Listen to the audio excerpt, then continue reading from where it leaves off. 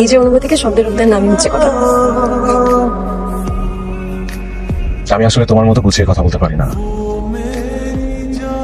আমি জানি না তোমাকে ঠিকঠাক মতো বোঝাতে পারবো কিনা, কিন্তু আমি এটা জানি যে তোমার সাথে পরিচয়ের আগে এবং পরিচয়ের পরে আমার জীবন পুরোপুরি আলাদা।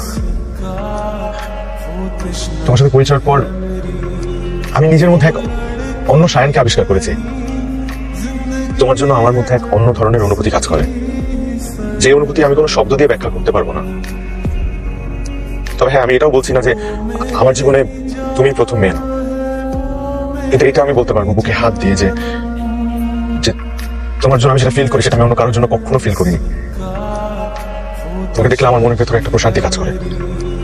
তুমি আশপাশে থাকলে আমার চারিদিক বিশুদ্ধতায় ভরে যায়।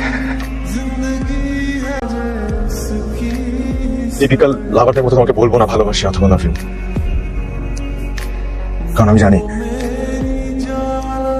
যে অন্য সকল 8-10টা মেয়ের মতো নয়।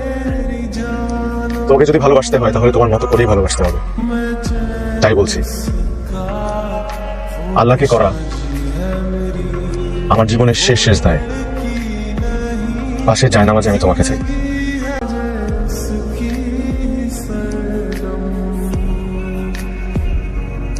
আপনি খুব ভালো করেই জানেন আমি কেমন মেয়ে,